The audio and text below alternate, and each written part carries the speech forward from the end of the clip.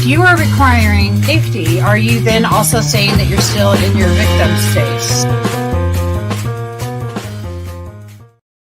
Hi, everybody, and welcome to Spark the G Vibe Sunday. It is Spirituality Gone Wild.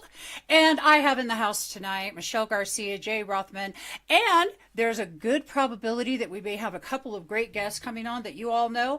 John Thaddeus Fiore. I almost blundered his name. Can you all believe that? And possibly our buddy James Humiki. So, you all, just before we get going, I'm going to ask everybody if you've had any type of interactions today, because we all know Easter is for the remembrance that we are all rising. We are all rising as the Christ within. So I'm just going to go ahead and play the sample and invite you to relax into the space that you're sitting. And I need this too, because it's nervous system regulation. Michelle's actually the pro at this, but we didn't set that up. So.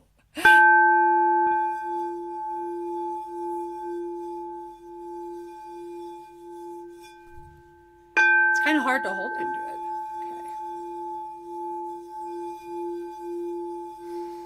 Okay. Take a deep breath in. Let the sounds permeate through your cells and through your being. I invite you to relax, let go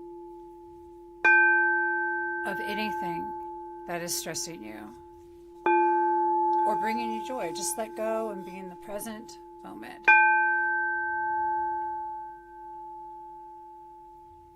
As we call in our wonderful spirit guides, our incredible oneness with each of us, because we're each one and connected. And tonight we're going to talk about rising regardless of your circumstances, maintaining your peace regardless of what's happening, opening yourself up to the majesty of what life is supposed to bring. In fact, speaking of majesty, we can speak of God, Spirit, of Christ. And I am so stoked right now. We also have James Humiki in the house. No, it's Humeki. Excuse me, I said that wrong. So I really hope that you just settle in. At first thing first, I'm going to bring up Michelle Garcia, and we're going to do a check-in really quick and see how her pretty face is doing and how her day's been rolling. Hi. Hello, beautiful Debbie G. Hey, just hello. I love that you brought the sound bowl to the show. That was kind of cool, right? Kudos. I love that. I love that. Yeah, it was kind of my, oh, ooh, you guys, I'm going to mute and let Michelle take over just for a minute. We need some more beautiful hearing. Absolutely. Okay, sure. I was just chiming in, but sure, I'm happy to invoke a bit of meditation. I mean, today is a trifecta of holiday, right? All the different religions coming together to celebrate their religions, but it's unifying the godliness. So let's close our eyes for just a minute, get grounded and centered in our loving, invoke our inner counselor, ask that we get shown the truth of whatever questions might come forward for you in this little moment of meditation. Breathing in, life force, energy, love. Feel that oxygen regenerating every cell of your being.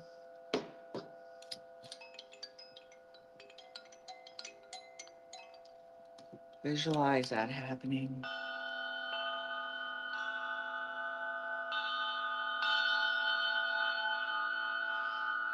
And like the resonance of the crystal pyramid, imagine yourself expanding to infinite possibilities.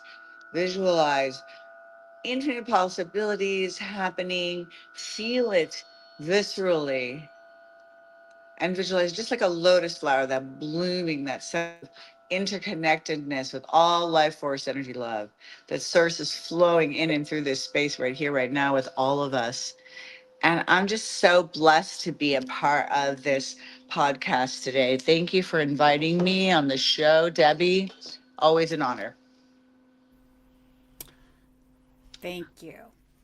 Open your eyes and let's enjoy. Guys, and let's enjoy. Okay. I love that you brought up the lotus flower, and I love that you brought up unity, and I love that you brought up the just stepping into this space right now so that we can just enjoy. You're part of the show, honey. I didn't. You're not. You're the co-host. We're co-hosts together. The G girls. The G girls. Oh my God, that's a really good name for a podcast. So I love roses because just the frequency of them just brings me so much ease to my body, to everything. And in fact, I wear it. I wear it on rose water. But Michelle, like you're like the queen of this. You have so many beautiful essential oils and whatnot. What's your favorite one? That's Rose. And I actually I have a Go story figure. about rose oil because it is the highest frequency because you know just because it's also the shortest lifetime of its life, but it's got the high frequency, and I like it mixed with sandalwood because it kind of grounds it. But when I was at the ama um thing that she does with the hugging and blessing everyone, that's like kind of the go-to for everyone to get her scent. And at the end of every puja she throws rose petals everywhere, so I have this beautiful memories of rose, actually, personally. So I associate roses with like the most beautiful spiritual experiences I've had with her, and the whole ceremony and the experience. It's beautiful. I love that. Well, I think it's probably because you are a rose. That's what I'm thinking. Can we just all agree that she looks like a rose tonight? That's what I'm thinking. Rose is Seriously. rose is rose. They say the colors represent certain things. Like, so, like if I sent you yellow roses, that would be indicative of our friendship because yellow represents friendship. It also represents like cognitive stimulation, Yeah. psychology wise. But like blue is like soothing. I wonder, they can be blue dye and have blue roses, right? And or white roses for Yeah. purity, red roses for passion. It's kind of fun. Well, I have something fun that I did today, and I love that you helped explain that, everybody. Because look, stop to smell it. Stop and smell the roses wasn't just an old Mhm. song by Mac Davis. You got to stop and smell the roses. You got Yes. to count your blessings each and every day. So, oops, earlier today, Yeah. I was privy to be able to get Mm. Ishtar, Ishtar, Okay. Ishtar, Ishtar, Ah, she's gorgeous. Oh my goodness, with the lion down there. and an owl, and a lion, and an Dang. owl. Oh, how gorgeous is that? Tell us a story about her. I'm so going to. And I put her next to my Durga. Oh, nice. Okay. Yeah. So allow me to put them back quickly. So one is my Durga and one is my Ishtar. And my son snagged my Freya, but that's all right because he loved her. And she is the Norse god of passion and sensuality, and she's amazing.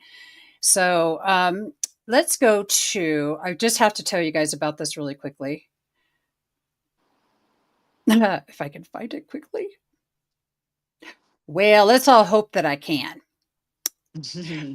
We're going to have to just bring Chad up and ask because I'm not going to say it properly and I might blunder it. But basically, Ishtar is she brings passion, love, sensuality, and Durga.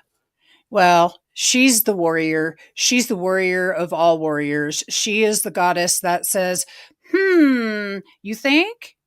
And you put the two of them together and it's literally like dark, and it's without your dark you wouldn't know your spark. It's polarity. It's joining the forces together to become one. It's taking war and peace and bringing it together with wholeness and light. Okay. And there's more to it than that. But, I'll just leave it at that. Hey, Michelle, we have two gorgeous gentlemen on the set right now in our green room waiting for us. We're going to talk today about what do you do if somebody's not showing up in the way that you think that they should? I Hmm. mean, I can tell you that my thought on this right now is to shift my expectation to appreciation. I certainly wouldn't run away. I wouldn't run away ever. I would take it head on and know that I needed to take a look at what I was doing, which is what I've done, and take accountability with vulnerability and transparency. And there is no other way to be, whether no matter the relationship that you're in. And Michelle and I have a very transparent, vulnerable relationship. Hmm. Um, yes, 100%. As you were speaking to that, though, I was actually thinking of a recent situation, right? Yeah. Wherein like the person became hostile with me, and I discerned that I needed to cut off communication, and had promised to do therapy but chose not to, and then later kind of discerned that they got offended if I asked later if they in fact did follow through with that, just to see if it was safe grounds for me maybe to like, you know, continue a friendship that was. And obviously, with that reaction, I realized no. And so, I'm willing to do my work, and I'm willing to not get hostile.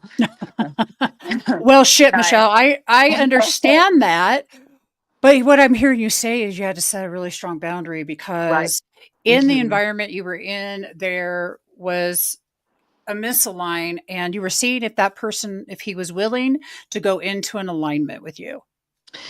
And even just with Yeah. his connection with God, Debbie, so that he Well, could I totally actually agree, but have one with me that didn't make me feel unsafe. And so in those cases, I think it's important to recognize when it's good to to give it space rather than force the relationship to work. Where I get what you're saying about not run away, and a lot of people ghost people these days and don't want to deal with uncomfortability.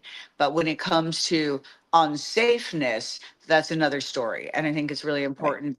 And I do honor that today. I don't tolerate people being violent or hostile with me. I mean, I get that it's, there, I understand it, but I'm not here to hold the space for violence. Like I'm so, Absolutely.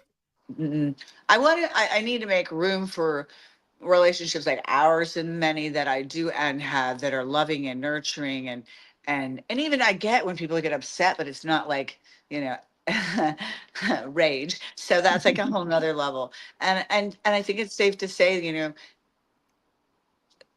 we teach people how to treat us, Debbie. And that is an important message for me to always remember. If I teach someone it's okay to behave and talk to me in a certain way, then that's what's so, right? That's just what's going to Yeah. continue to happen. If I teach someone, no, that's not okay. You But know, what if you say it's not okay and that person does go to therapy and they do work on yes, it and they do change their shit? that's But the awesome. other but the other person does nothing. And that's when you draw the line. And that's when you say, "Hey, wait a second.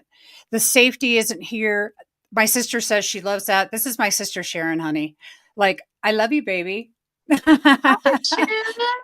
She's I don't think this is 18 like months younger. non-talks. It's not talked about enough, is it? Well, not really, because what we're talking about is safety. For me, emotional safety is huge, and emotional safety does not come in avoidance or dismissal or any of those things. That feels like rejection to me. It feels like not Mhm. being my needs not being met, not being heard, not all those not. But then the question comes down for me: why is it coming up? What am I seeing it for? Why would the bare minimum be okay, but now it's not okay? And when is it that the bare minimum is no longer enough? And when did I start to see that my enoughness supersedes the bare minimum of anything? And then the other question is, why are we looking to anybody for shit?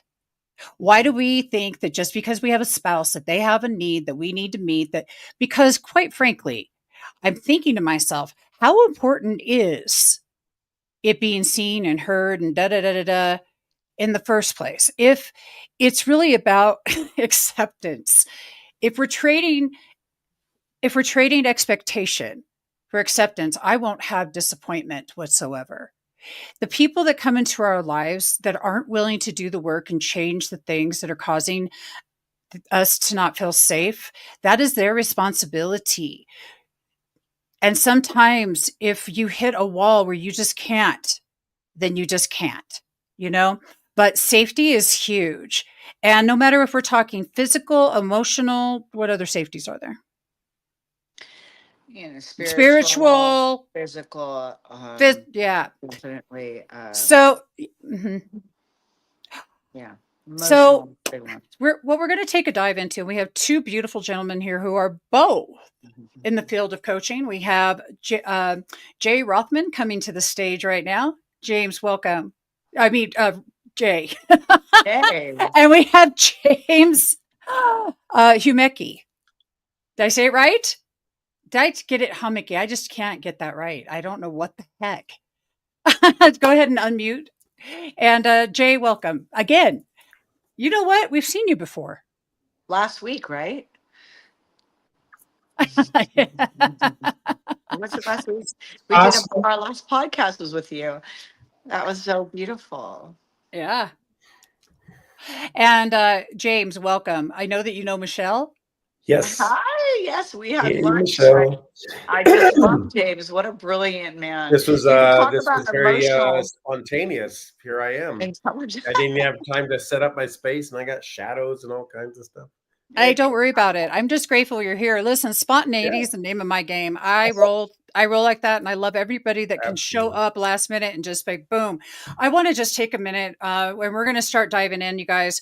But let's just look at all of us right here, right now, and let's just honor each of us in our heart, if we could. Everybody that's watching, put your hand onto your heart. I want you to honor yourself because God blessed you matter. And you know what? Today is Easter. It's about you. It's about risen. It's about resurrection. It's about transformation. It's about taking that moment to honor the light within you, to the love, the joy, the peace.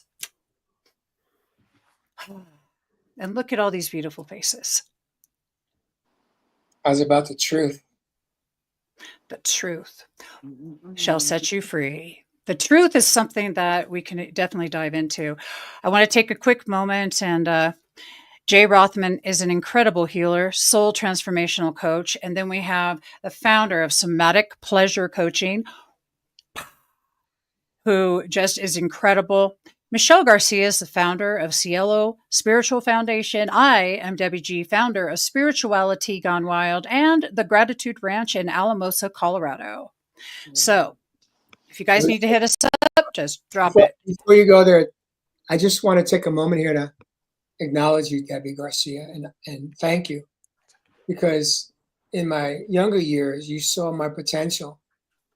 And when we met in Huntington Beach, you said, I'd love for you to launch your own talk show Yeah. on my channel. And Mhm. you were the first individual that ever offered that to me. And I just want to acknowledge you Thank you. and thank you from the deepest part of my heart with nothing more than gratitude for seeing me back then, Nice. almost a decade ago.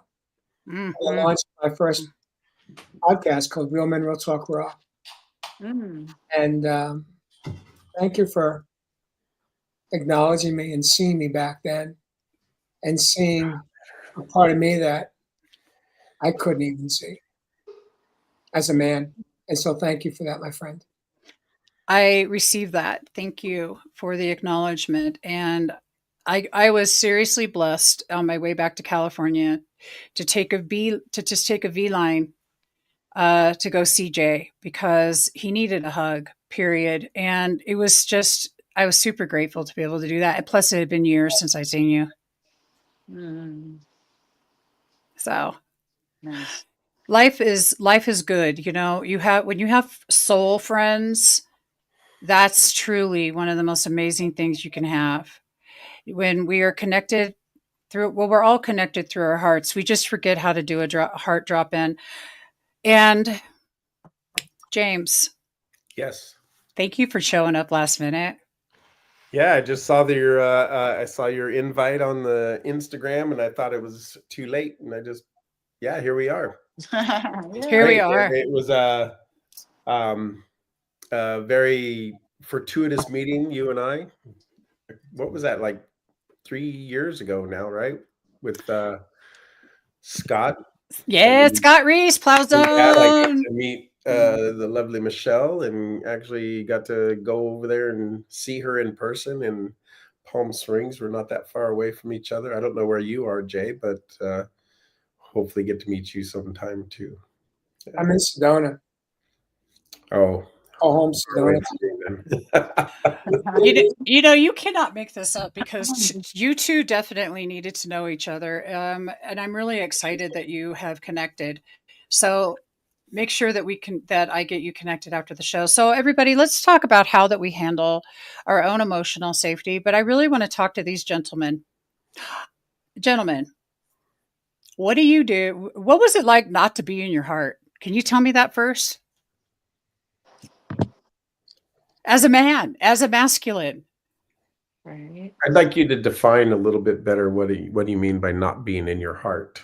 Okay. I can't Let remember me a time in my life when I Oh, wasn't. okay. I didn't say that right. What was it like to be in your wounded little boy self? Thank you for asking for clarity. And because it's not that we're not in our heart, but in those spaces we're really not. I've been in my wounded little girl, and Michelle and I can both talk to that. But definitely want to hear from you, gentlemen, about what was it like to be in relationship. Even what was it like to be in your wounded space? Right. Hmm. Jay, you want to pick this up, or I I mean, you don't have to. I'll jump in. It doesn't matter. We're both going to have a moment of speaking our truth. Yeah. But what I will share with you is that in that season, I was sleepwalking through my life. I had on paper, I had it all. I had wealth. I had a title. I had success. I had a family. But what I lacked was what I call the soul connection to myself. I spent most of my life chasing a dream that I thought I was supposed to be chasing. And at age 54, I had what we call a spiritual awakening. And that was the moment when I assessed every aspect of who I had become as a man, a husband of 30 years, a father of 3 sons that I birthed with my ex-wife, a son, a sibling, a friend, employee, and employer. In that moment, 10 years ago, when I looked at every aspect of who I had evolved into as a man, in that moment, in the hospital, as I just navigated through death, I had what we call a spiritual awakening. And that awakening was my truth. And my truth was I hated who I had become. There wasn't a part of myself I was at peace with as a man. And in that moment, I surrendered. And what I mean by surrender was I surrendered all of my old belief systems. What I surrendered to was who I call divine source or God. And in that moment, I was willing to go on a journey of self-discovery, to find my way home to my authentic self. And I got to tell you something, Michelle, Debbie, and James. I found my way home. And through that process, thank you, Debbie. Through that process, I fell in love with myself, with my heart, most importantly, with my soul. And as I'm literally navigating through a shift in my life, a significant shift, one of the greatest gifts that I'm willing to embrace in this moment is the journey of coming home to return to love. And that's what we should all be doing as men and women, is not allowing anybody to take us hostage anymore. Mm-hmm. Instead, find our way home. Mm-hmm. And I got to tell you something, Debbie.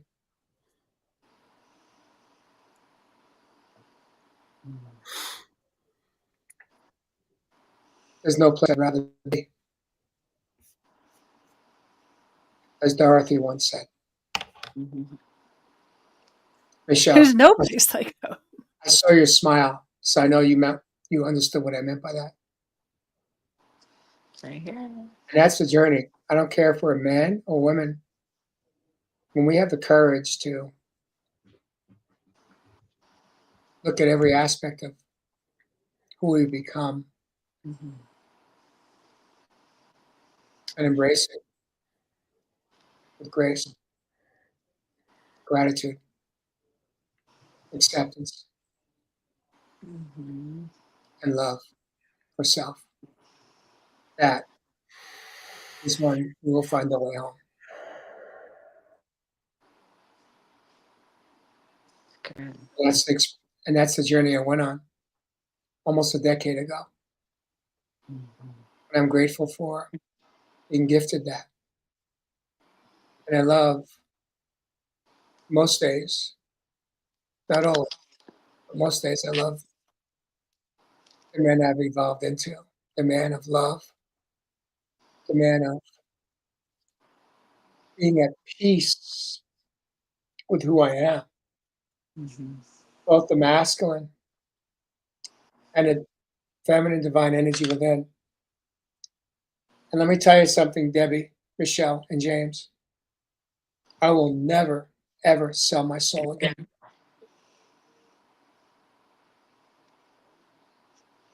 Never. What? I love it. Jay, I celebrate you Why is that, Michelle? because that's a beautiful place to be. Priceless, really. Once you tap into that space, anything less than just doesn't work. It just hurts, and you just have to make the adjustments. Continue to evolve. It's a beautiful, beautiful journey. Mhm. It's something you'll hear from me quite often. I produce my own talk show called Real Men Real Talk Live, and one of the things I say quite often is, it's simple, not easy. Uh-huh. True that. Yep. Uh, You understood what I said there, James, didn't you? Absolutely. Absolutely. So I'm gonna pass it to you, James, to answer the same question that I just answered. There we go. There we go. What the question was? I know I'm trying to remember what the question was. Uh, Oh, I'm laughing right Indeed. now. Hold on a moment here, James, just so you understand. I'm listening to you. What? I missed you. What did you say? I was laughing.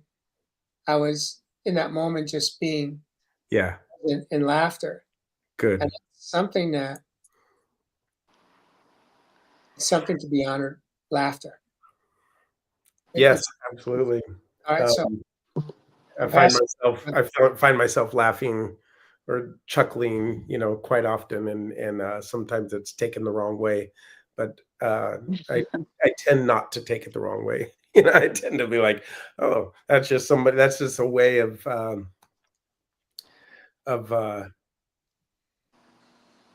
metabolizing an energy that's coming through.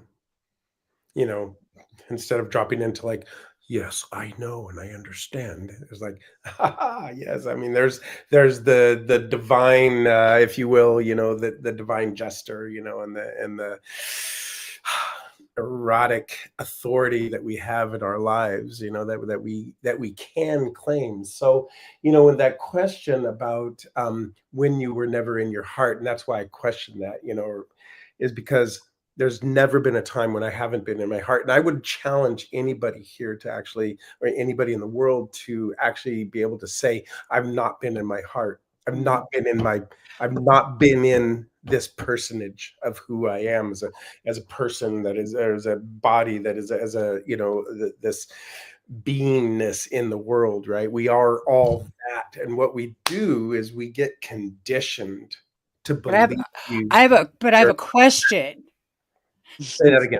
Wait a minute, James. But what about not being centered in your heart? And I have to challenge it because I know from my own self Me too. that I was not heart centered in my heart. I was coming from a hijacked nervous system, fucking racked because of trauma starting when I was 4, all the way through. Dude, I totally understand. But the question is, you were in your wounded man at some time. Two different things I think that you're Well, talking I about. That's okay. understand, but But we don't I'm need not, to address this I'm any not, further. Just let's drop into your wounded man. Tell me all about that. this is what I'm talking about, is that if you want to call it the wounded man, there was a conditioning, a training from early childhood that told me that this is the way you're supposed to be, or this is what you need to do to protect yourself. Our body, our whole body mind system is about creating safety, like helping us to be safe in the world, to adjust to read the situations, and to like find a way to be safe, whether you're like 6 months old or 60 years old, it doesn't matter. But that early part of our childhood where we don't have the ability to rationalize, we don't really quite understand like what's going on, so we just like, okay, if I cry, I'm going to get fed. If I just kind of shrink away into the corner, I'm not going to get noticed or hit, or whatever it is. And so we learn, in a whole array of different experiences, depending on the person, how to act in the world. And then as we become more rational, or we become more into that place where we get to make decisions, we take that learning and we begin to overlay that perception into our decision making. And so then from there we tend to like really, depending again, what where you came from, create more of the same. Right. So when you talk about, the wounded man, I've put away words like wounded. I put away these words like, I am not a broken person. I never was. Actually, my system has been working perfectly ever since I was born to keep me safe. What I have is kind of some screwed up programming to try to like in my sense of how do I figure it out? How do I make decisions? How do I perceive what's happening?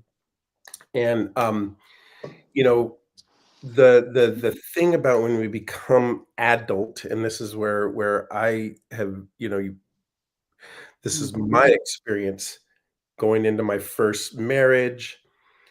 Um, it was like two wounded souls, or two really badly programmed individuals, trying to, it was a blind leading the blind, trying to figure this thing out. And from that, when that ended very badly. And what's really interesting is I'm watching my son ending a relationship that some of the very similar things happening in that relationship. When I come out of that was my awakening. That was my like holy fuck moment. Like I'm not I can't do this by myself. I remember sitting down at somewhere, there's a videotape of me actually sitting down, on high eight, I think it was, back in the early 90s, recording myself saying like, I can't do this by myself. You know what I mean? And that was my sort of coming to, um, yeah, just my coming to moment and understanding that, and the beginning of the understandings of the interconnectedness of this world and how we traverse this world, and that anything that I do and say is not only a product of my mind. It is this conglomeration of experiences and events and things from the past, and this is what's created this moment. It's from that moment, and it's been 35 years now, how to of learning how to traverse this, having these beautiful highs and these beautiful moments, and then dropping back into like, there's another layer of conditioning. How do I deal with that? Um, and even at that, where I can really identify that moment, there's been the next moment and the next moment and the next moment, and the last one, or the ultimate one, was when I finally figured out that somebody else's conditioning, programming, perceptions, whatever, wounding, if you wanna call it that, is, not mine. It's not my business. It's not my, responsibility. Mhm. I mean, I just say, like, "Not my monkey, not my circus." And so, like, going back to the earlier part of when you guys were talking, when somebody can own their space, their own what's happening with them, and understand that, and really choose to learn how to meld that together, where I'm not having to be the person that fixes you, and you're not the person that needs to fix me, but like together we actually like we create this synergy, right? Mhm. That um that expands us both. And from there, this is something that just really came heavy to me. I guess it was maybe yesterday or today, that when I was growing up, I had to be kind of a chameleon to be able to be safe, right? Like, I had to learn how to talk there, I Mhm. learned how to act there, learn how to shrink there, learn how to come forward there in order to just kinda be safe. It was like a big Monopoly game or something, or actually more like Risk, if you remember that game. You just had to, like, kind of figure out what to do, and that was a detriment because it wasn't me. I was putting on faces to try to be safe, right? But what the silver lining, let's say, the thing that comes come out of that is that I have the capacity now, because I own my own shit. I understand what's going on. I'm not perfect, obviously, and I still have these, but I can read, I can read a situation, I can read people, um, and I can respond appropriately, that Nice. brings forward the strength in that person, or the beauty, the divine, the things. And yeah, that's I had to learn through a lot of through a lot of hardship. I had to learn that I wasn't broken, you know Yeah, and beautiful. being in some of those relationships that I was in, like the intimate relationships, made me feel really broken, and I had to figure out that I wasn't broken, and they weren't either. That's the thing, is like I had to give grace to other people. Like, you're not fucking broken either. You're dealing with the same human shit that I'm dealing with. Doesn't mean I got to deal with your human shit. Mhm. That's not my responsibility. But especially at this age, when younger, that's maybe a different thing. But I'm over here celebrating right now. I'm just, it's just like I'm loving the ideas and the topics and the this place of. I have this thing. It's like either everything is divine or nothing is. Mm-hmm. It's just like either if you want to call it God is omnipresent, omniscient, then that means that all of this is God. All of it. Everything. Mm-hmm. If that's what you want, however you want to call that. Otherwise, none of it's God. And that's sort of my black and white space. That's me. I'm not saying that's true for everybody. And that's beautiful. Thank you, James. Gosh, I'm reminded through that um, share, which thank you for being so vulnerable, that so emotional intelligence and emotional maturity, like we grow up emotionally and matching our head with our heart in sync, is so beautiful when we can cultivate that, when we can attune to that, when we can grow up emotionally and mentally spiritually. It's really nice to be able to communicate your truth and learn more about yourself through relationships, because they really do mirror back a lot. And sometimes it's about your limitations, and sometimes it brings the sense of infinite possibility.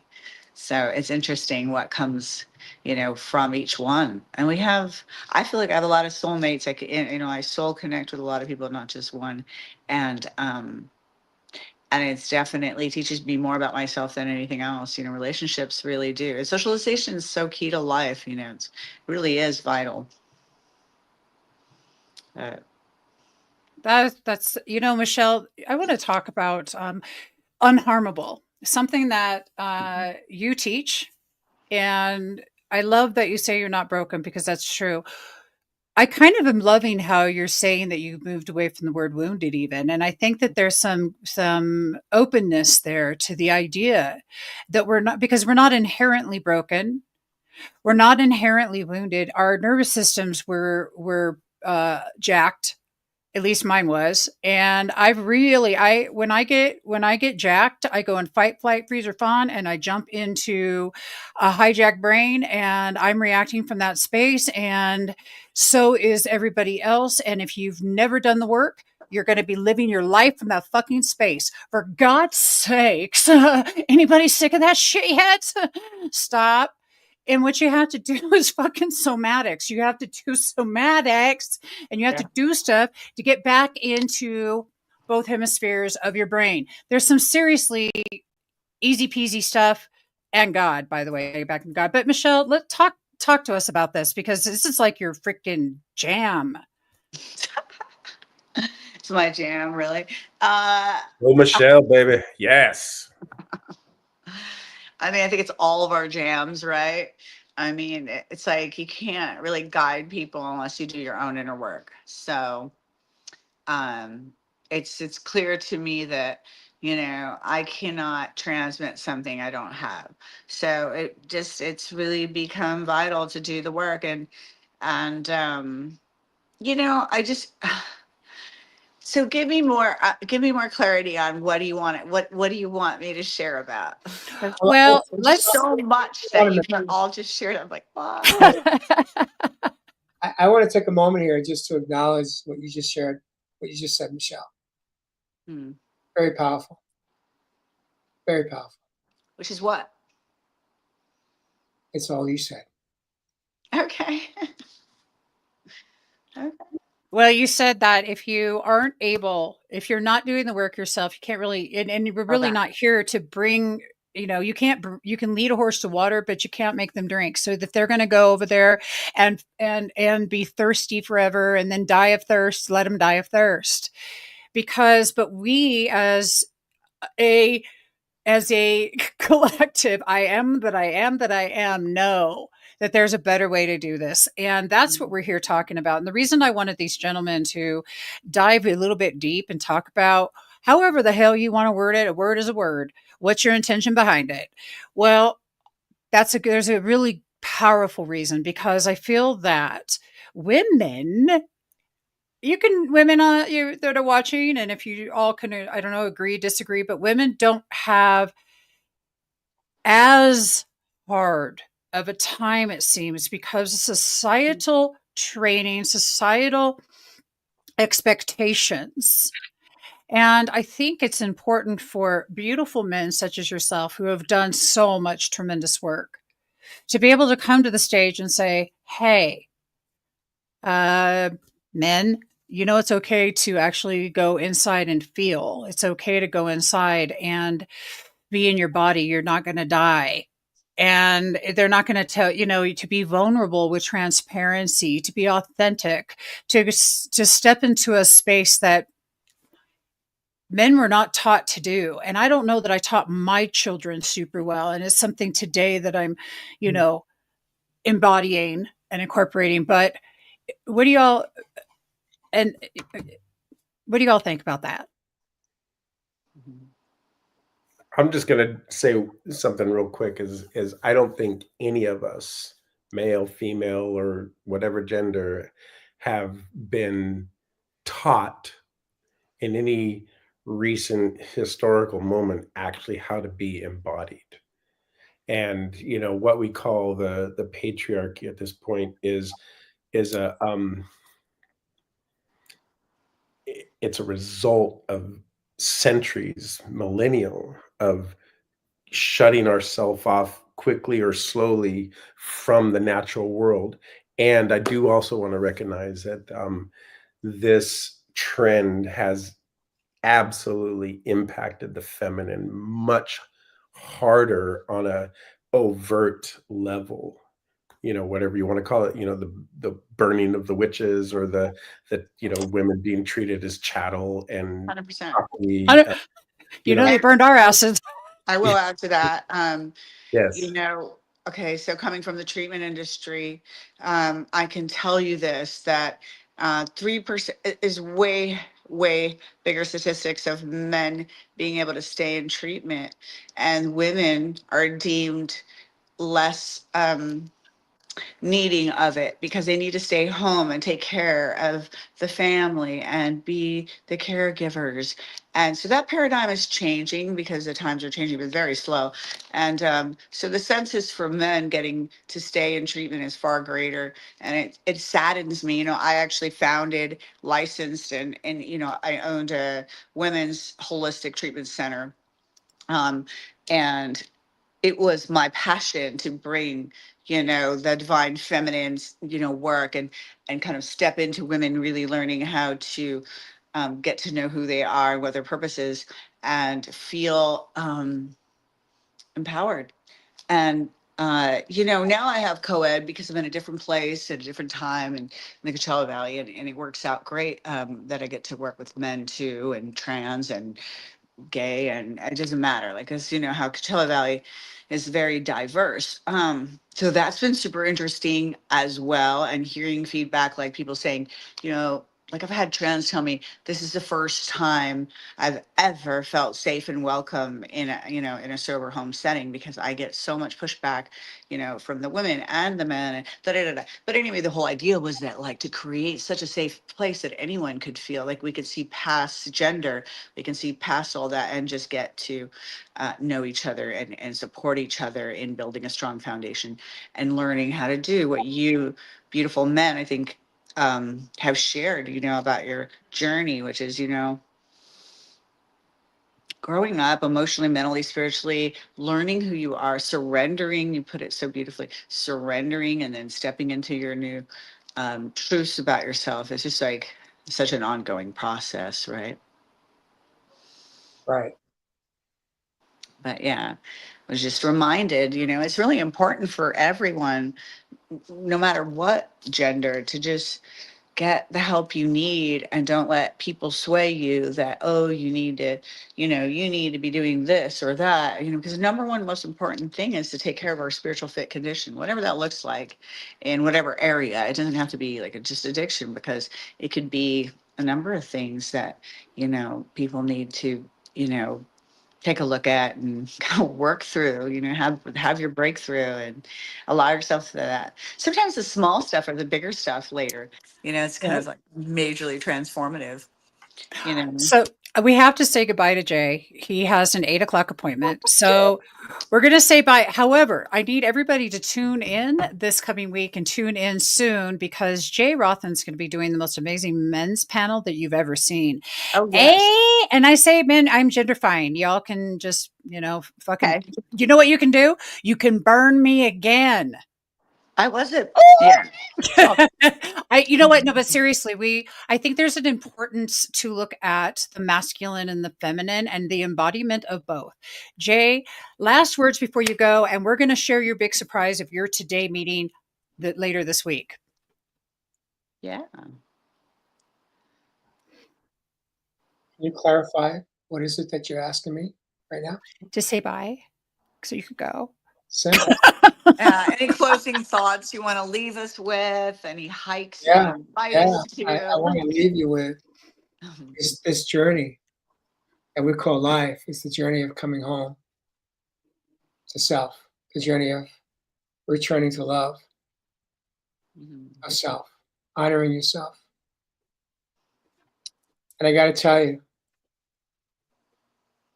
and when you find your way home, you you will know, because you'll experience a new way to live, a new way to laugh, a new way to learn, and most importantly,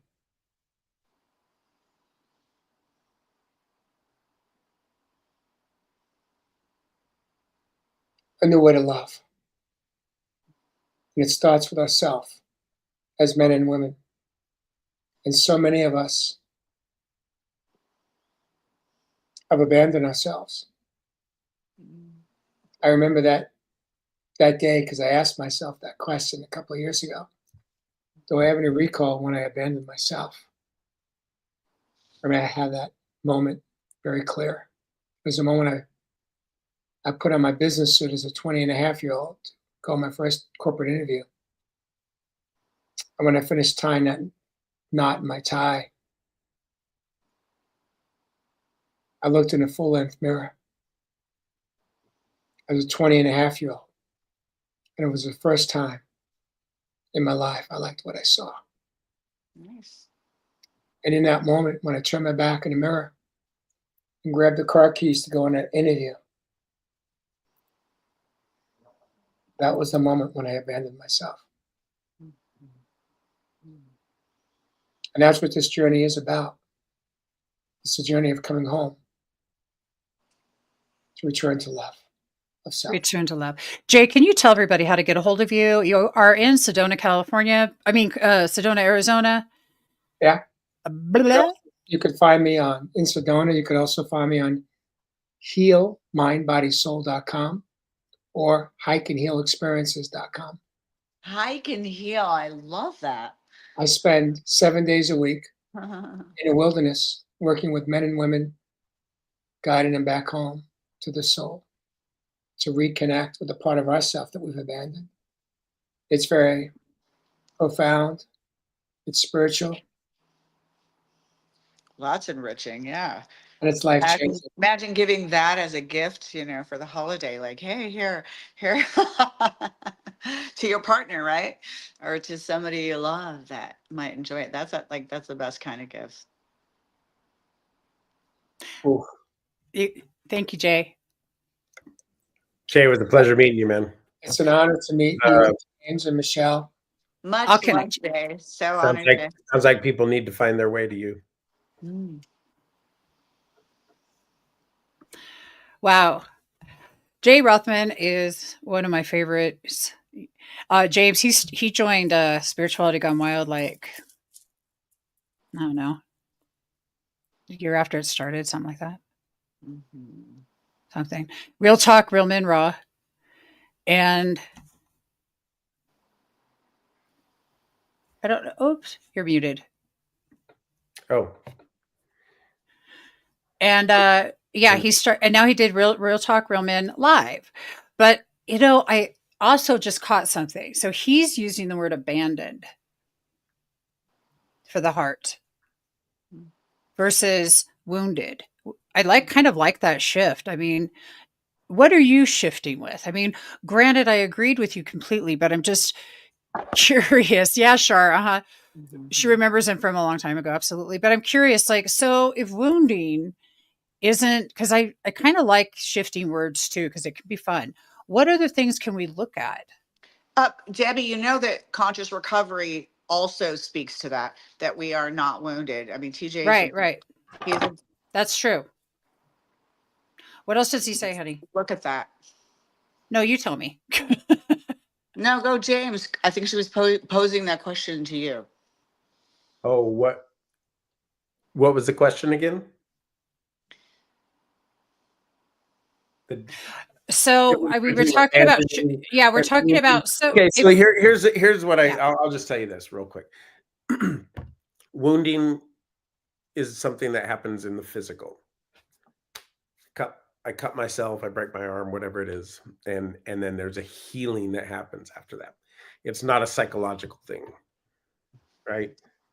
Because this psychology is not the same as physicality in that way. You know what I mean? If you have a brain injury, that's a wound.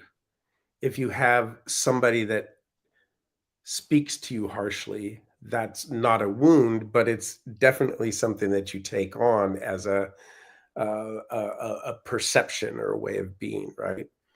So that's and I mean, it's semantics mostly, and it's whatever anybody wants to say.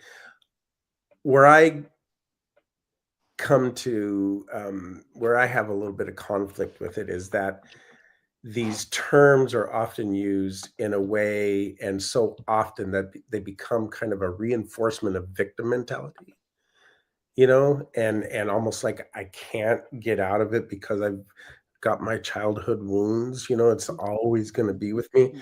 And you know here the our experiences, whatever they are, as horrible or as divine that they are, add color and texture to our lives. And so it's kind of like marbling, you know what I mean? Like it's a beauty. There's a word in Chinese word, I think it's called li, which means just like the flow of something, like the grain of wood or the way the waves come in. It's not something like you can like nail down, but it's beautiful and it's beauty. It's chaotic. It's unrestrained in a way. But if I take that piece and I take it on, I mean, many of us, most of us, maybe all of us have had some kind of trauma in our lives. But if I identify with that and that becomes my story, then where is the growth? How do I grow out of that? How do I transmute that into something that is beneficial to both me and the rest of humanity? Because I mean, that's kind of like you say, we're walking each other home. So it's like we're here to benefit. We're here to benefit each other. We are a communal species, right? So how does my experience benefit the whole in that way?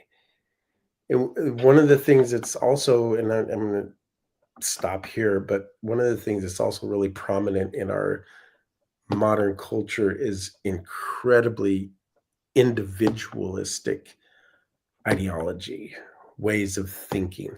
Me, I've got this.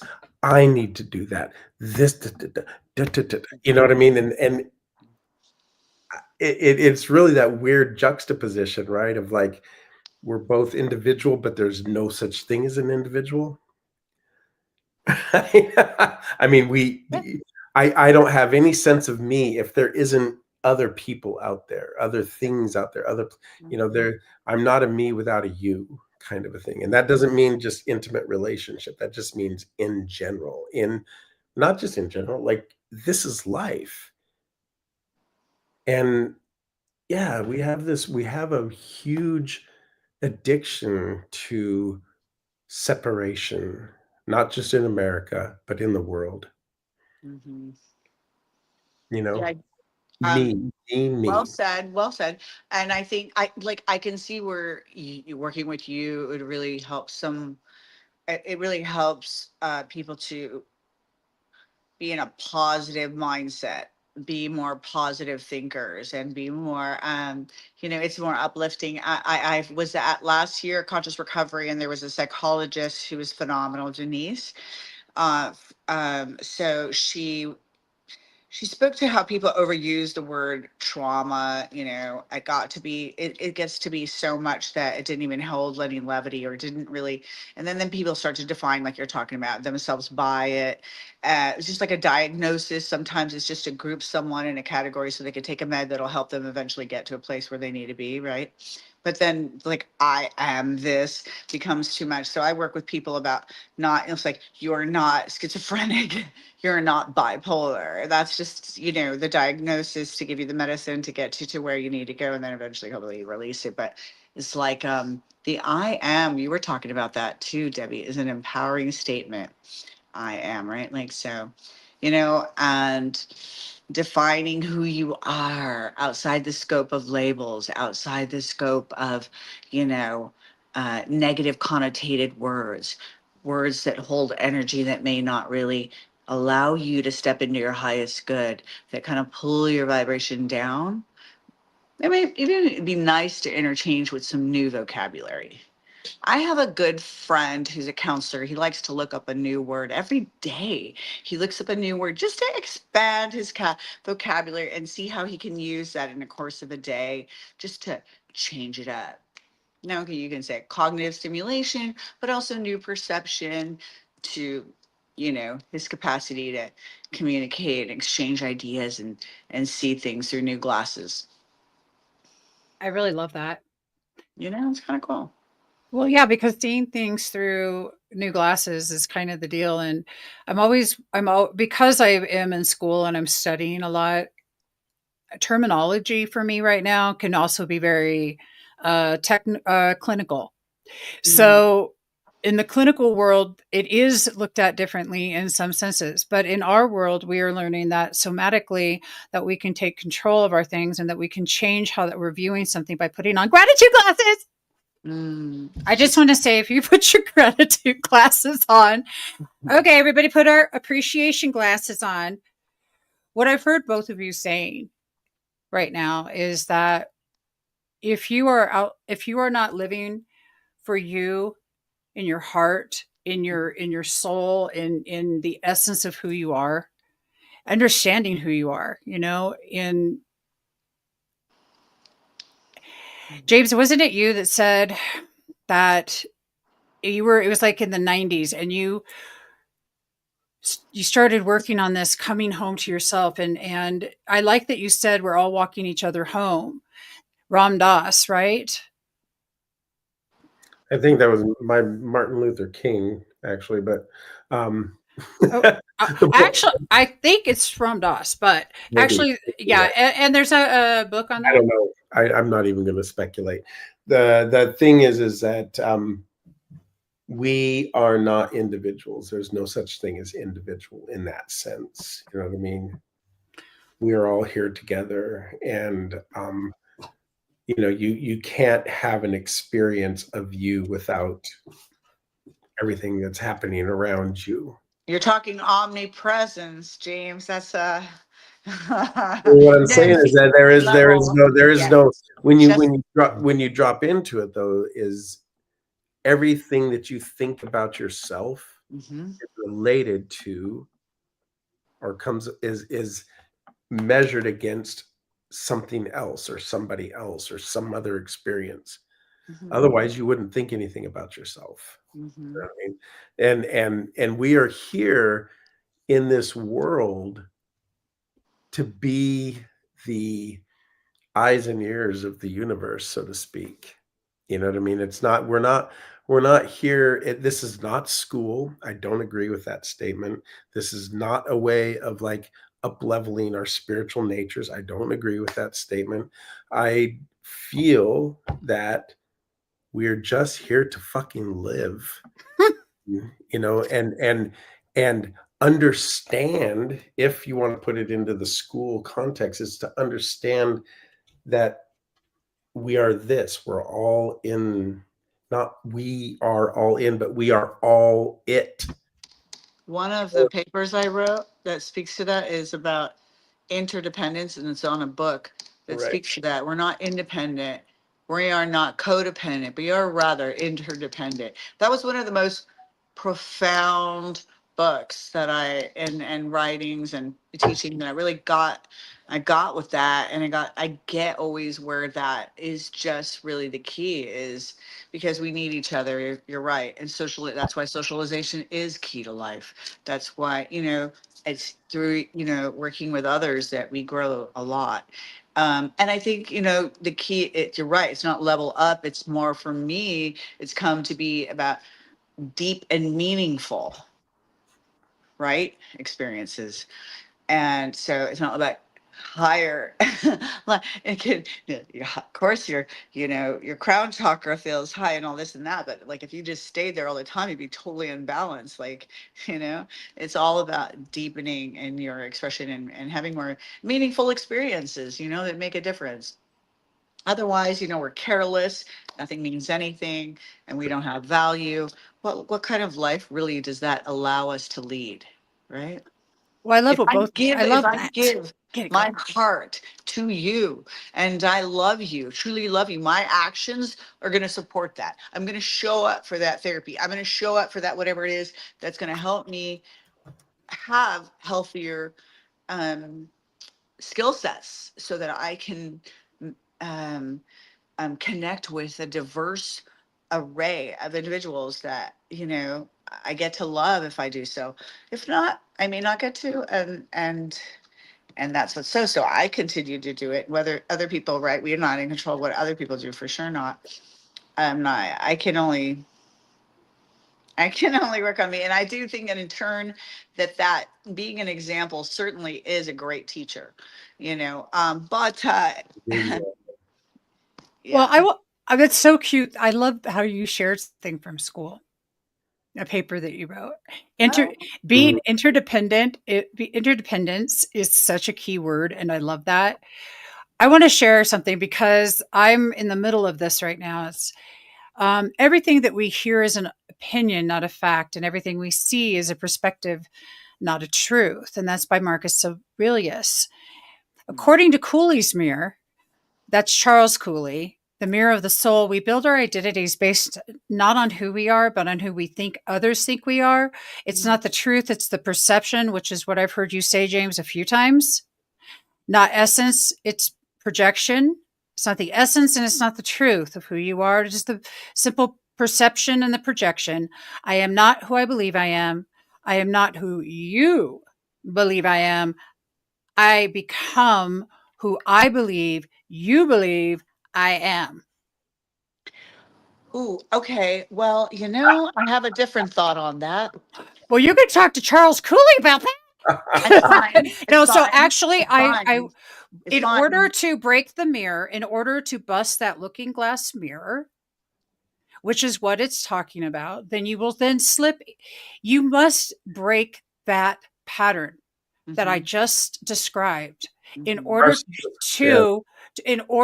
to get into or perspective, whatever you want to say, in order to get into your divine cosmic self. mhm, mhm, Because Cooley was talking about this idea that it's the looking glass, okay? mhm, And this mirror. Well, we also have the opportunity to no longer be in that. And that is the idea behind his work, was to bust the glass. mhm. Bust that. Like, here it So goes. one of Well, the one I of the really things. think that realization that there is not anything divine compared to not divine It's a we are actually it right now. That's it. This is it.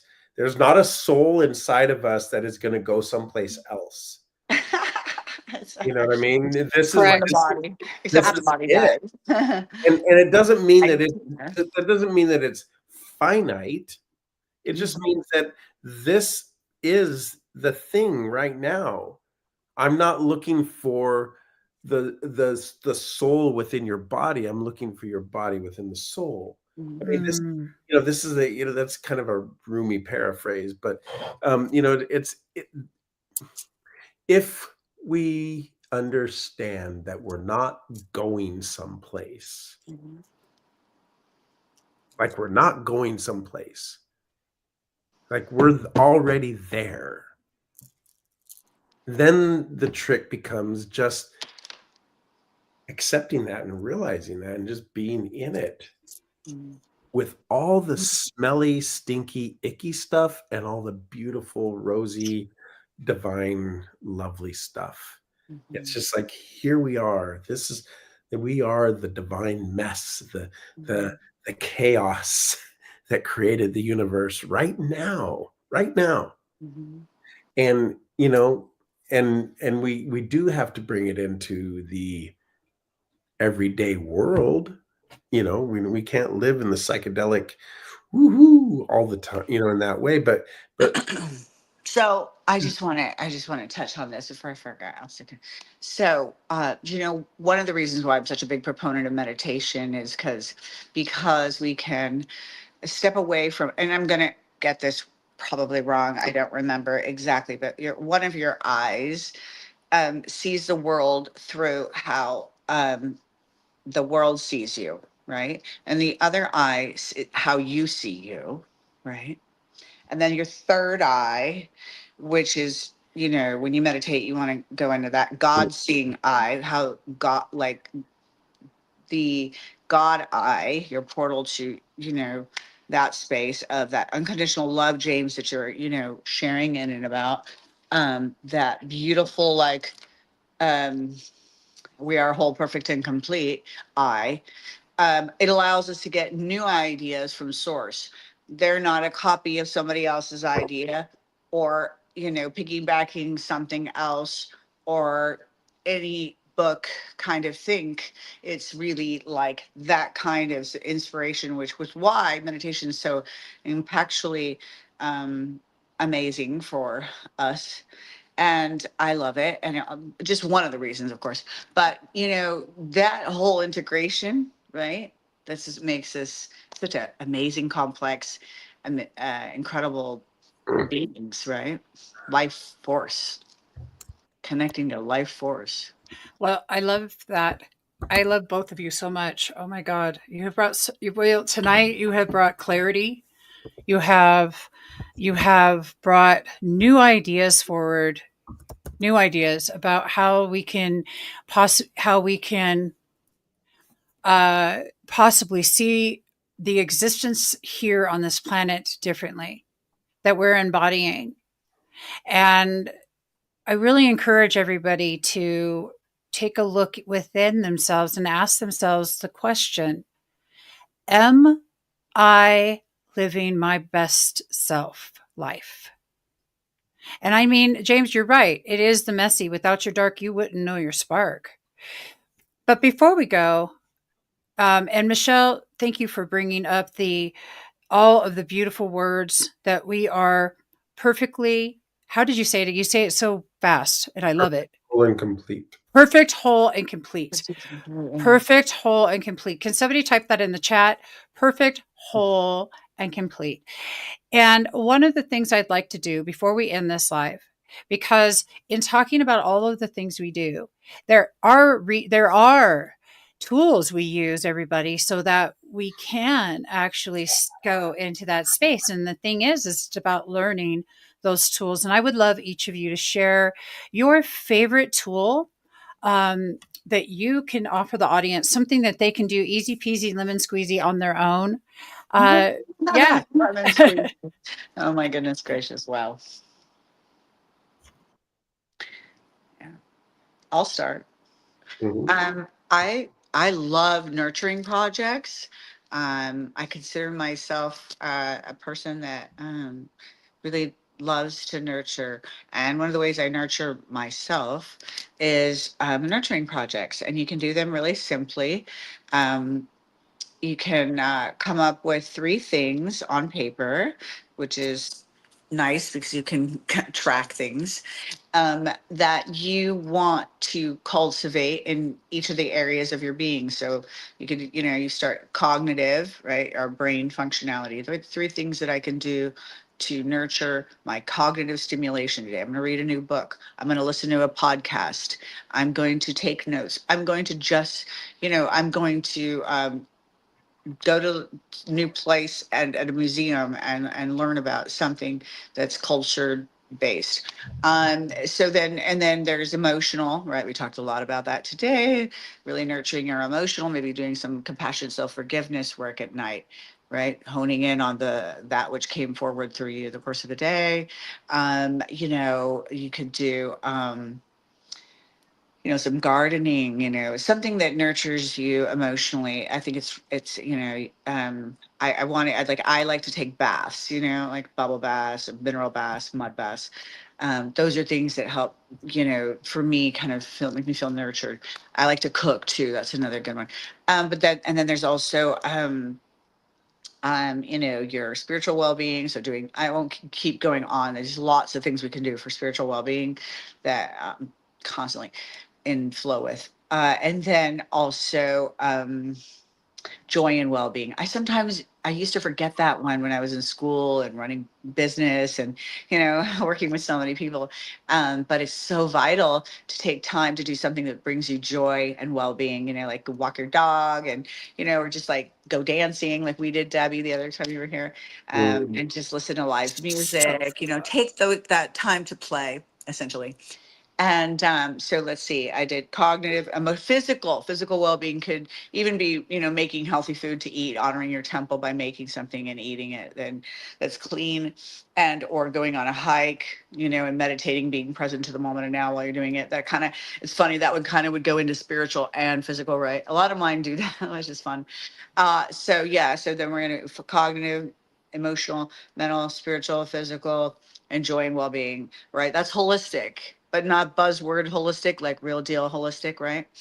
Because for a while there, that word was used in the treatment industry quite a bit, and you had to really check it out. Yeah. Like, is that just a pretty word because it's near something of nature, or are they actually having people come in and facilitate some things that help people do so. So that's just one fun project. It's called the Nurturing Project. And you can title it look, so if you're looking about changing your career, the title on the top could be that, and it can kind of be geared toward action steps that support that which you're working on in that area. Or maybe personal relationships, a big one in this time, you know, and really for me right now, it's just like really stepping into my heart with love and peace, because there's so much going on politically in the world right now that's, it can bring a lot of emotional charge. And when people get emotionally charged, they can act out,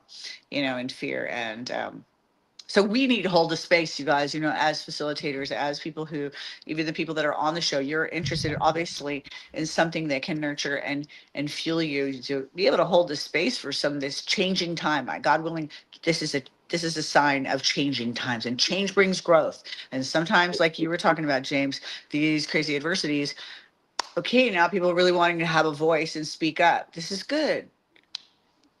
I speak my truth. And yeah, so I'll just leave it that. I love that. Before we go into our next segment with James, he's going to lead everybody through a quick, easy peasy, lemon squeezy breath work that you guys can do anytime. But we're going to be right back after these messages. Welcome to Cielo Sober Living, a spiritual haven in Coachella Valley, featuring 12-step work, sound bath meditation, conscious recovery meetings, and other holistic practices to build a strong foundation. Michelle Garcia brings value to the program with a holistic approach. She guides and supports residents with care and dedication. Meals are provided, and dinner is shared together each night. Experience a safe and nurturing environment that fosters growth and healing. To learn more about our transformative offerings at cielosoberliving.com or call 877-394-8355. Thank you to Cielo Sober Living for all that you do out there. It is seriously amazing, and I appreciate you tremendously. So, for all of those that are watching, if you're driving, don't do this while you're driving. I just want to say I have been there to the facility, and it is amazing, and Michelle is amazing. Aw, Really, thank you. Well, Thank you. That really means a lot. cool. Yeah. Thank you for what you're doing. And for the snacks. She has really I good love it. snacks. Doesn't I she do not love, have the I best? do love to feed people. What can I say? She has the best snackies. Feed me I- anything. Yeah, Cielo Sober Living is truly in a magical place. And everybody, you can tune in during the week, and Michelle posts it. You can follow her on Cielo Sober Living. And also just Michelle Garcia, right? Yeah. But she also posts when she's doing her sound healing live. She does conscious recovery live. You guys, there's so many things that she could bring through to you. So please go and follow. James, take it away with some breath. So we're just going to go into coherent breathing, which is another word for diaphragmatic breath, except we're going to count. The idea is to sit and be comfortable. Let your back rest against something if you can. Let your shoulders drop. And we'll breathe, inhaling for 5 seconds, exhaling for 5 seconds. I'll count you through a few rounds, and then I'll let you do that on your own.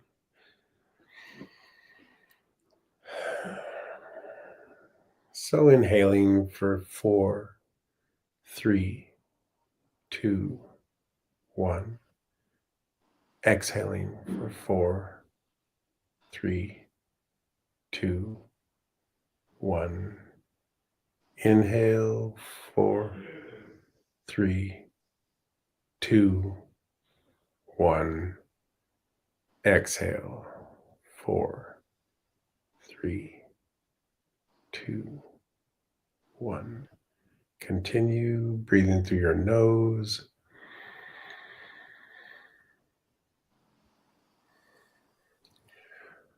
Feeling your breath brushing against your upper lip.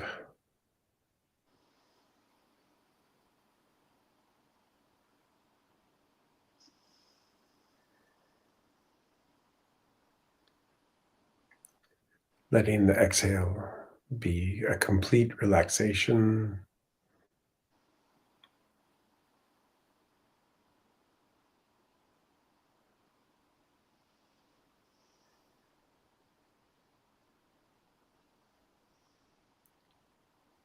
Letting go of the count and just elongating your inhale and exhale.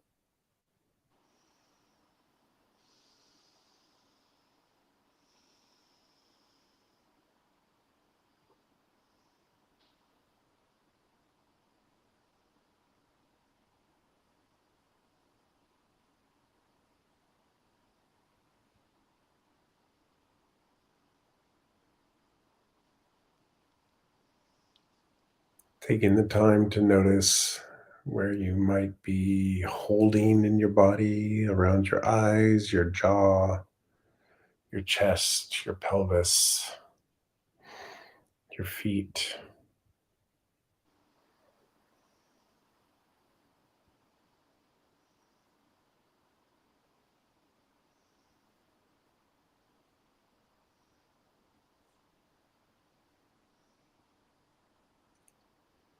And realizing that this does not take a special setup.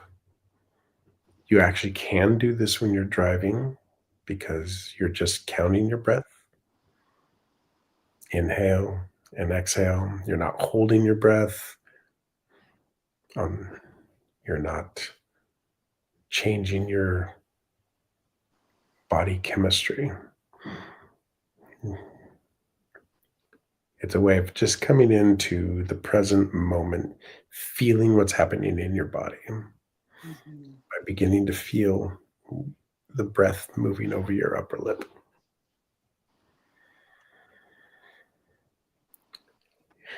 and slowing your breath down.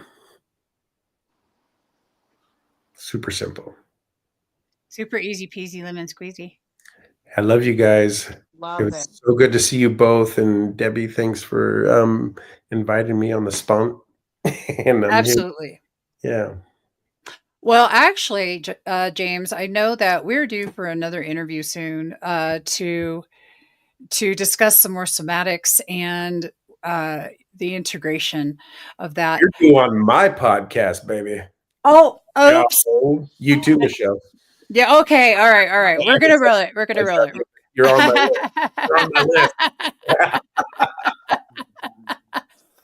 So, well, we're about to close. We're about to close. I just want to leave everybody with one more somatic tool. And I mean, this one's easy. This one's really super simple. So I want you to take everything that Michelle said.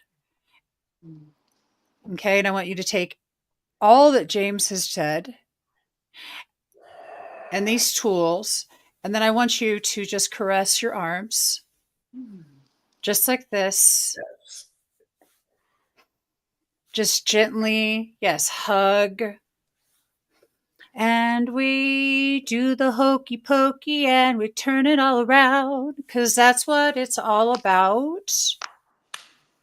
And James is like supercharged everything by going everywhere. And I love that.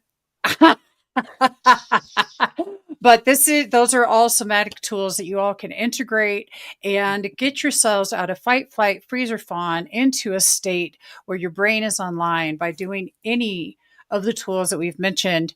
And I hope that today's podcast gave you some insights to how to just be in your body and be human and be messy and be light. But you know what? It's true because without your dark, you wouldn't know your spark. And thank you. Thank you, everybody who's watched. It's amazing. Debbie, Kathy, Shar. It's just absolutely incredible stuff. And if I missed your name, I apologize. And Stone Hobbit, thank you. My sister Sharon, Jose Esmario, Judy, Sherry. We love you guys. Thank you all for being part of Spirituality Gone Wild, Cielo Spiritual Foundation. And by the way, James, you still have to tell everybody how to get a hold of you. Oh, you can get a forgot. hold of me at somatic-pleasure.com, which is my website, or James at jameshummocky.com, which is my email. Nice. Beautiful. Michelle. I love that. I think I actually got an invite a while ago, James, to one of your spiritual retreats. You do those too, right? Wow. Pretty cool. I guess I don't know what you received, but it was a holiday and it was something, and I couldn't make it, but it looks so inviting. You and another woman were doing some kind of a cool retreat of sorts. So maybe for New Year, yeah. So I do retreats, and I would be honored if you're a part of my next one, James. I'm on board. And James, here in Alamosa, I'm going to need both of you to be showing up. We're going to be having you all, if you're listening right now, we're going to be having live retreats. So you're going to need to watch and keep your eyes peeled for what's going on. Yeah. Cool. Gosh, everything can be virtual these days. So well, I mean, everything can be virtual, but we're going to do this in person, so we can do it. In person. Yeah, I need an excuse to go to Colorado and see your spiritual retreat. There is no excuses. Like, she's coming. I'm like, seriously. I'm like, Michelle, you got to come out. Oh my God. James, you know what? You are also invited. Everybody, you are invited to Alamosa Gratitude Ranch. Look it up. We are in Alamosa, Colorado. And with that, I'm going to bid us all a good night. And James, thank you again for just popping on. That is like so rock star. You brought so much awesome shit. Oh my God. Dude, you just you brought it. I was heading to bed. All right, we'll connect with you. All right, I'm going to drop you down back into the green room. All right. Girl, was that not rad or what? Love it. I love men that are doing their inner work. They're just so wonderful to learn from, to hear, to experience even. It's just like Jay is so gentle, and Mm, James is so insightful and giving of himself, it's and yeah. he's so, and I've listened to your last podcast with him. Wow, what he talks about not educate, it's not so much about education, but he is highly educated in his skill sets. So Oh, he fun to is. do about how he gets into the work and how we can do the work, and so, yeah, I appreciate that you did this last minute again, Thank because we you. want our viewers to get consistent, time with us, and consistent, reflection on how they might do something, better this week to improve the quality of your life. And I think, it's important for us to, how can I add value to your life? And if you can ask yourself that with every relationship you have as well, it's like, how am I adding value to this relationship? Because Yeah.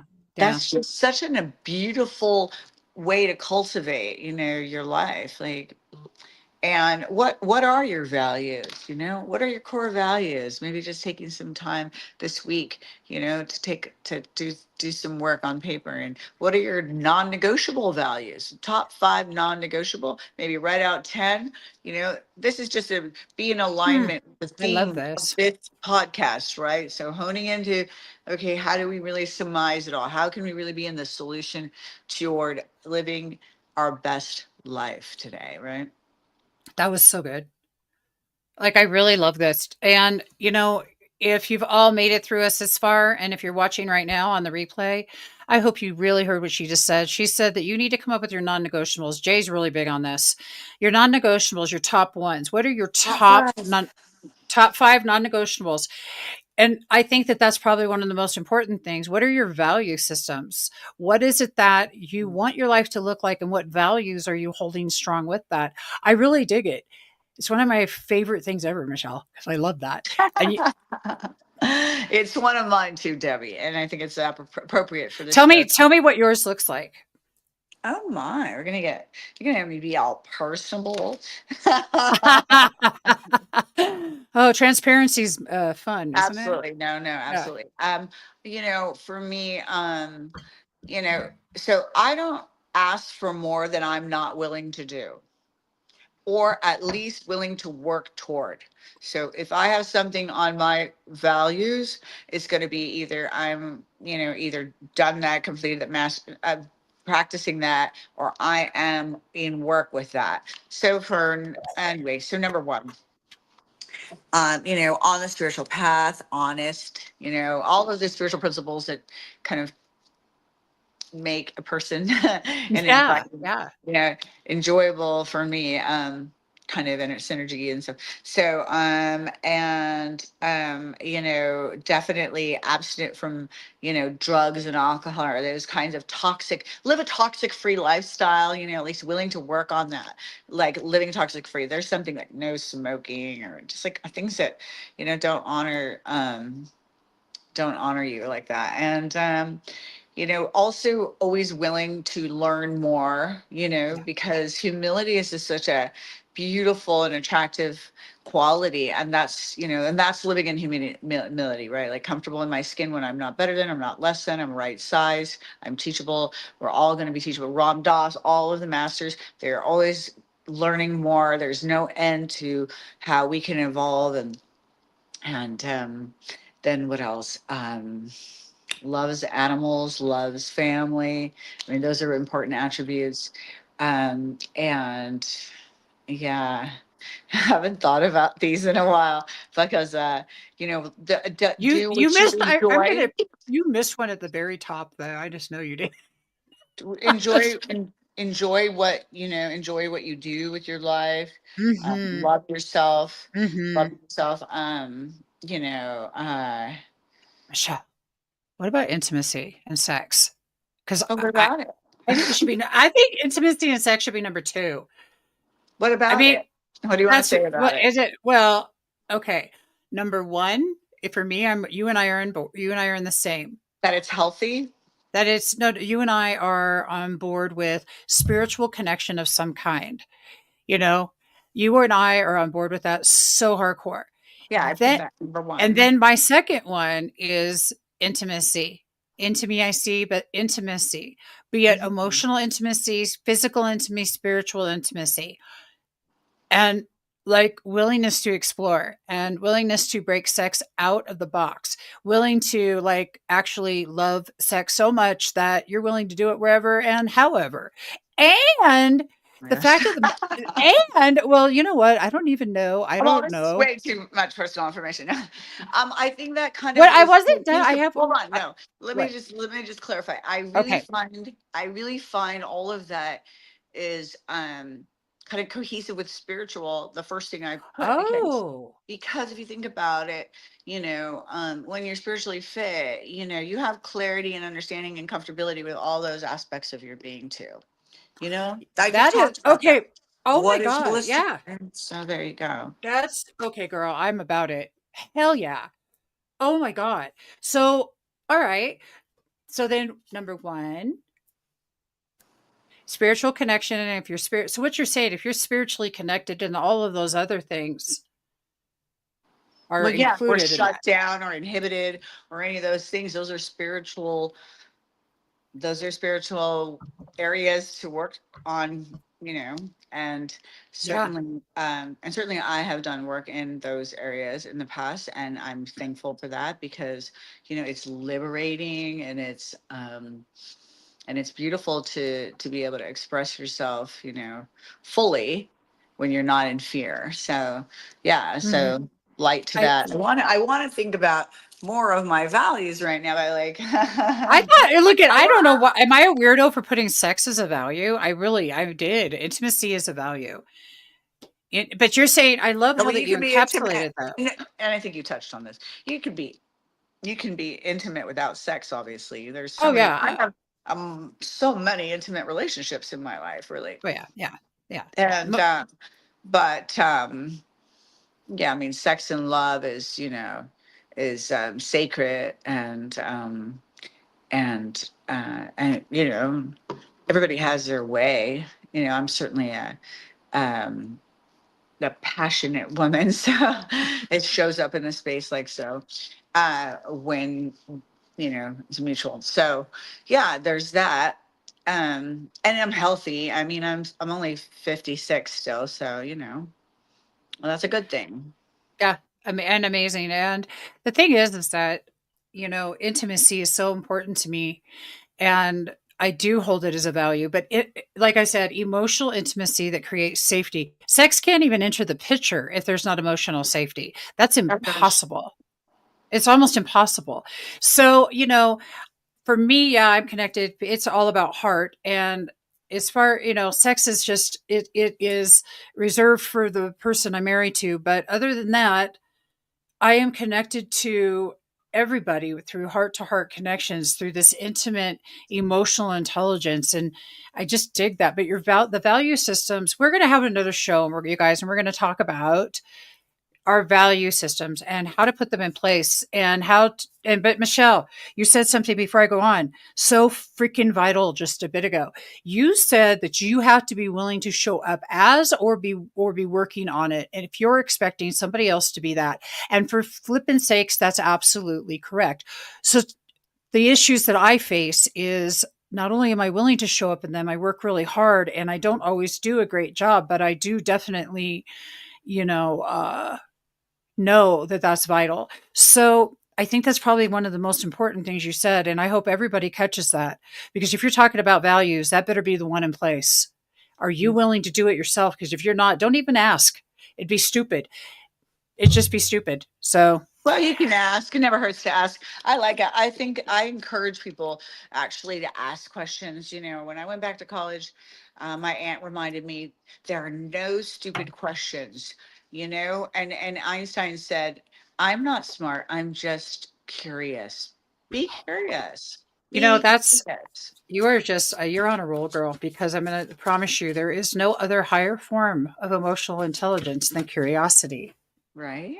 So yeah. And It's fun. It's fun to learn more, but it doesn't, and it may inspire you to want to, cultivate in that way. You're like, oh wow, I like that answer, and you know what? I think I might like to do that too. And as I know for me, like that, as we grow and we get older and we find new interests and new ideas are presented, we try new things and we learn more about ourselves and others, and it's great. It's just beautiful. I'm so thankful you have this show. I looked at the comments. It looks like we had a lot of cool comments and people engaging, and that's fun. And I love that. So even if you didn't engage during the show, engage and ask questions, leave Please. comments, request topics. I thought James was going to talk about somatic as it relates to sex and love, because he has got a lot of really neat stuff to share about that, more than I do even, I think, because he actually, does workshops in and around that. Um, but Well, I love that. We will. Yeah. We'll have a show, sex, love, and rock and roll. Sex, love, and rock and roll, baby. You're so All funny. right, you all listen. It's been a fun Spark the G Vibe Sunday, Spirituality Gone Wild.